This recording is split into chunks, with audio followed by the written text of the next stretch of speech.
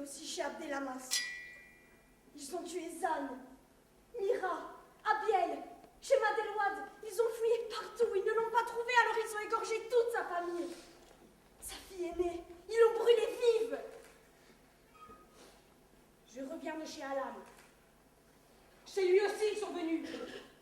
Ils ne l'ont pas trouvé. Ils ont pris sa fille et sa femme. Personne ne sait où. Ils ont tué tous ceux qui donnent de l'argent au journal, Saouda.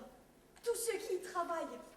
Ils ont brûlé l'imprimerie, brûlé le papier, jeté l'encre. Et ici, tu vois, ils ont tué Khan et Farid. C'est nous qu'ils recherchent, Saouda. Ils nous cherchent. Et si on reste encore 1 heure ici, ils vont nous trouver et nous tuer. Alors on va aller dans les camps. On ira chez nos cousins. On sera un peu plus en sécurité. Sécurité. Ils ont brûlé aussi les maisons de ceux qui lisent le journal. Alors ce n'est pas fini. Je te jure, j'ai bien réfléchi. Nous sommes au début de la guerre de 100 ans, au début de la dernière guerre du monde. Je te le dis, Saouda. Notre génération est une génération intéressante, si tu vois ce que je veux dire. Vu de haut, ça doit être très instructif. Nous voir, nous débattre, à essayer de dire ce qui est barbare, ce qui ne l'est pas. Oui, intéressante, une génération nourrie à la honte, je te jure. Vraiment, à la croisée des chemins. Si cette guerre se termine, alors le temps se terminera aussi. Le monde ne sait pas, mais si on ne trouve pas une solution tout de suite à ces massacres, on ne trouvera jamais. Mais où est la guerre? Quelle guerre? Tu sais bien. Frère contre frère, sœur contre sœur, civile en colère. Et ça va durer combien de temps? Je ne sais pas.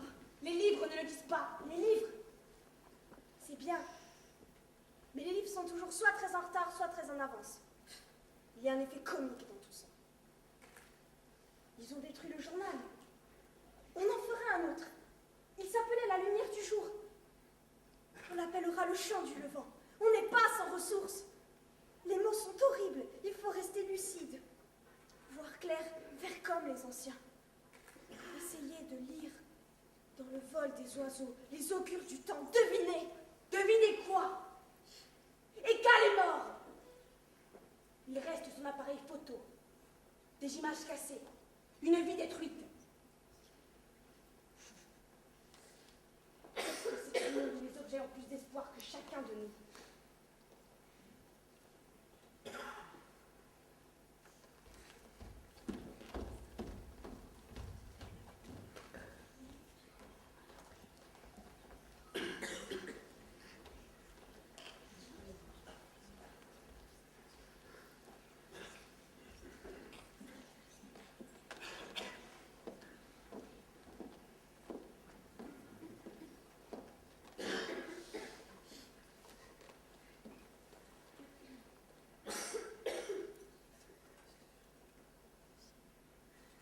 Madame la Présidente, Mesdames et Messieurs le jury, mon témoignage, je le ferai debout, les yeux ouverts, car souvent on m'a forcé à les tenir fermés.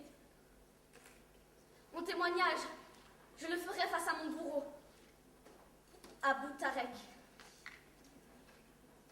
Je vais vous rappeler à moi, vous rappeler à mon visage, puisque mon visage était ce qui vous occupait le moins. Vous vous souvenez bien plus précisément de ma peau, de mon odeur, jusqu'au plus intime de mon corps qui n'était pour vous qu'un territoire qu'il fallait massacrer peu à peu. À travers moi, ce sont des fantômes qui vous parlent. Rappelez-vous, mon nom ne vous dira rien car toutes les femmes étaient pour vous des putes. Vous disiez la plus de 45, la plus de 63. Ce mot vous donnait une allure, une élégance, un sérieux, un savoir-faire et une autorité. Et les femmes, une à une, éveillaient en elles leur haine et leur peur. Mon nom ne vous dira rien. Mon numéro de pute non plus peut-être. Mais une chose que vous n'avez pas oubliée, malgré les efforts que vous pouvez faire pour l'empêcher de noyer votre cœur, saura fissurer la digue de votre oubli. La femme qui chante. Vous vous souvenez maintenant? Vous savez les vérités de votre colère sur moi. Lorsque vous m'avez suspendu par les pieds, lorsque l'eau mélangée à l'électricité, lorsque les clous sous les ongles, lorsque le pistolet chargé à blanc dirigé vers moi, le coup du pistolet et la mort qui participe à la torture, et l'urine sur mon corps, la vôtre, dans ma bouche, sur mon sexe,